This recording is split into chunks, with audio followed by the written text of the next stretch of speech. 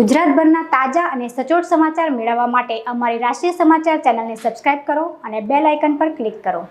સુરત શહેરમાં આજે સ્વચ્છતાને લઈ વિશેષ અને અનોખો કાર્યક્રમ યોજવામાં આવ્યો હતો, જેમાં સુરતની જુદી જુદી સ્કૂલના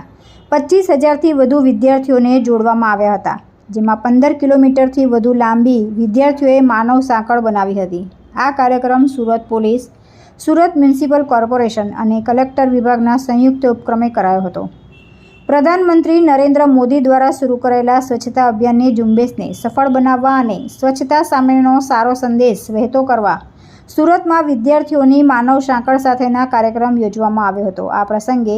CR પાટીલે જણાવ્યું હતું કે વિદ્યાર્થીઓને સ્વચ્છતાની નાનપણથી જ આદત પડશે તો પ્રધાનમંત્રીએ શરૂ કરેલી ઝુંબેશ ખરા અર્થમાં સાર્થક થશે।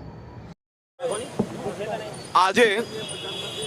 સુરત શહેરના નાગરિકોએ ફરી એકવાર નવો ઇતિહાસ રચ્યો છે। સુરત શહેરના નાગરિકોએ પ્રધાનમંત્રી શ્રી નરેન્દ્રભાઈ મોદી સાહેબના આગમનના પૂર્વ 15 કિલોમીટર લાંબી માનવ સાંકળ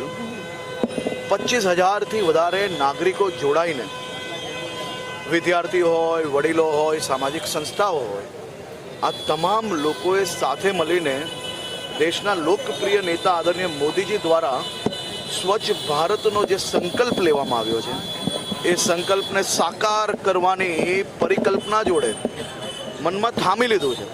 અને આજે 15 કિલોમીટર લાંબુ હજારો લોકોએ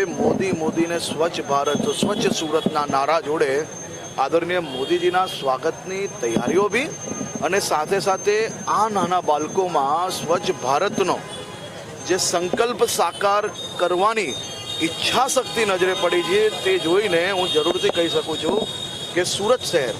જે આજે દેશમાં બીજા ક્રમે છે સ્વચ્છતામાં, એ જરૂરથી આવનારા દિવસોમાં પહેલા ક્રમે પહોંચવા માટે 100% મહેનત સાથે મળીને કરશે।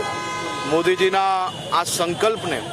દેશભરના બાળકોથી લઈને વડીલોમાં એક અલગ જ પ્રકારનો ઉત્સાહ નજરે પડે છે।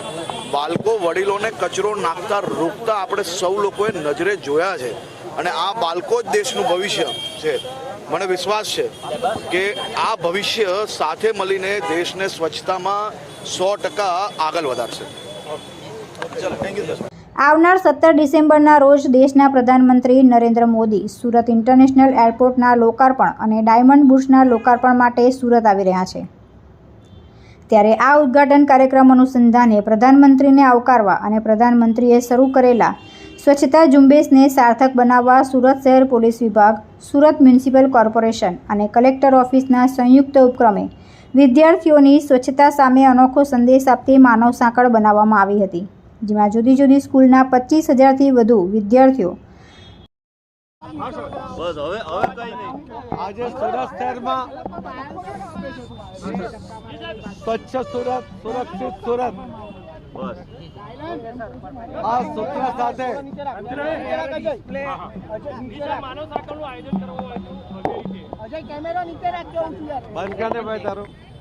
સ્વચ્છ સુરત,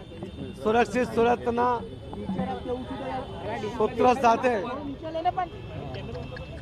સ્કૂલના વિદ્યાર્થીઓને અને સુરતના શહેરીજનોને જોડીને જે રીતે માનવ સાંકળનું આયોજન કરવામાં આવ્યું હતું અને માનવ સાંકળમાં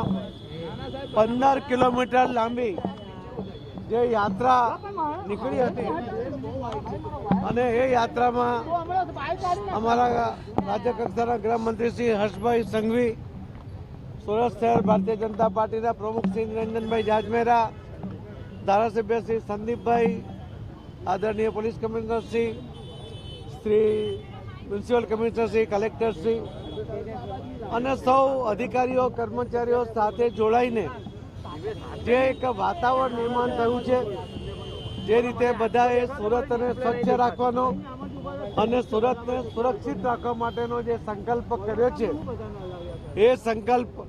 આજે ખરેખર ખૂબ જાગૃતિ આ માનવ સાંકળને કારણે આવી છે અને આદરણીય પ્રધાનમંત્રી નરેન્દ્ર મોદી સાહેબની જે ઈચ્છા છે, જે જનજાગૃતિ ફેલાવીને સ્વચ્છતા તરફ લઈ જવાનો એમનો જે પ્રયત્ન છે, એ સાકાર કરવા માટેનો આ આયોજન આજે કરવામાં આવ્યું હતું. ખૂબ મોટી સફળતા એમાં આપ સૌના સાથ અને સહકાર સાથે મળી છે. ખૂબ ખૂબ ધન્યવાદ. દ્વારા સુરતના અઠવાલાઇન્સ ખાતેના પોલીસ પરેડ ગ્રાઉન્ડથી વાય જંકશન અને વાય જંકશનથી ખટોદરા જોગણી માતાના મંદિર સુધી કુલ 15 કિલોમીટરના રૂટ પર માનવ સાંકળ બનાવવામાં આવી હતી, જેમાં ક્લીન સુરત, ફિટ ઇન્ડિયા અને સેફ સુરતના સંદેશ આપતી થીમ પર આ માનવ સાંકળનો કાર્યક્રમ યોજવામાં આવ્યો હતો. તુલસી શર્મા સાથે રાષ્ટ્રીય સમાચાર, સુરત.